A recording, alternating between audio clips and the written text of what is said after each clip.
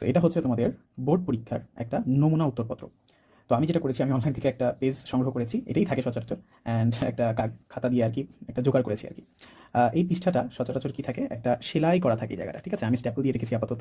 And তোমাদের এই খাতার পেছনের যে সাইডটা আছে, এই পেছনের সাইডটা হচ্ছে এখানে বিভিন্ন নিয়মাবলী লেখা থাকে, যে তুমি কীভাবে পরীক্ষা দিবা, সুষ্ঠুভাবে পরীক্ষা দেওয়া বিভিন্ন নিয়মাবলী লেখা থাকে। অ্যান্ড এরপর এই পৃষ্ঠাটা তুমি কিন্তু ইউজ করতে পারবে না, তোমাকে কিন্তু এই পৃষ্ঠা পর্যন্ত লেখা শেষ করতে হবে, এরপরে তোমাকে লুজ শিট নিতে হবে, অর্থাৎ এক্সট্রা পেজ দিতে হবে। তো আমি যদি বলি, আমাদের এই খাতাগুলো সচরাচর পরীক্ষার হলে প্রায় আধা ঘন্টা আগেই কিন্তু দিয়ে দেওয়া হয়। অধিকাংশ পরীক্ষা হলে আধা ঘন্টা আগে এই খাতা এবং ওয়েমার শিটটা দিয়ে দেওয়া হয়। তো আমাদের যেটা করতে হবে, খুব রিল্যাক্সে আস্তে ধীরে সময় নিয়ে এটা পরিপূর্ণ করতে হবে, কারণ এটা যদি সঠিকভাবে পরিপূর্ণ না করি, আমাদের কিন্তু যতই ভালো পরীক্ষা দিই না কেন, খাতাটা কিন্তু অকৃতকার্য হয়ে যাবে। তো প্রথমে যেটা থাকে, দেখো আমি যদি ধরি আমি এসএসসি 26 ব্যাচের, সো আমি প্রথমে এসএসসি এখানে টিক মার্ক দিব একটা, অর্থাৎ আমি এসএসসি শিক্ষার্থী।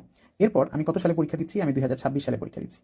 এরপর আমি যেটা করবো, যে আমি যেহেতু এসএসসি পরীক্ষা দিচ্ছি, আমি এখানে কিন্তু টিক দিতে পারবো না, এই জায়গাটা দেখো ওএমআর শিট, এখানে ফিল আপ করতে হবে। সো আমি এটাকে সুন্দর করে ভরাট করে দেবো। এরপর তুমি যদি খেয়াল করো, আমার এখানে রোল নাম্বার লিখতে বলছে। তো সেম, চলো আমরা একটা র্যান্ডম রোল নাম্বার ধরি এবং তোমাদের রেজিস্ট্রেশন নাম্বারটা লিখে ফেলবা। সেটা আমি ধরে নিচ্ছি। অ্যান্ড এরপর তুমি বিষয় কোডটা লিখে দিবা, আজকে তোমার যে সাবজেক্টের পরীক্ষা থাকবে সেই সাবজেক্ট অনুযায়ী বিষয় কোড, এটা তোমার কাছে যে প্রবেশপত্র বা রেজিস্ট্রেশন শিট আছে ওইখানে কিন্তু লেখা থাকে। সাপোজ আমরা বাংলা ফার্স্ট পেপার পরীক্ষা দিব, তো আমাদের এখানে বিষয় কোড দিতে হবে 101। আচ্ছা, এই পৃষ্ঠাটা এটা আমরা এখন ফিল আপ করবো না, এটা হচ্ছে আমি যতগুলো অতিরিক্ত উত্তরপত্র নেব, এক্সট্রা লুজ পেজ নেব, ওইটা কিন্তু আমি পরবর্তীতে ফিল আপ করবো। আচ্ছা, এরপরে যেটা করবো, আমরা বিষয়ের নামটা লিখে রাখবো, যেমন আমরা বাংলা প্রথম পত্র। এখন আমার একটা গুরুত্বপূর্ণ কাজ বাকি।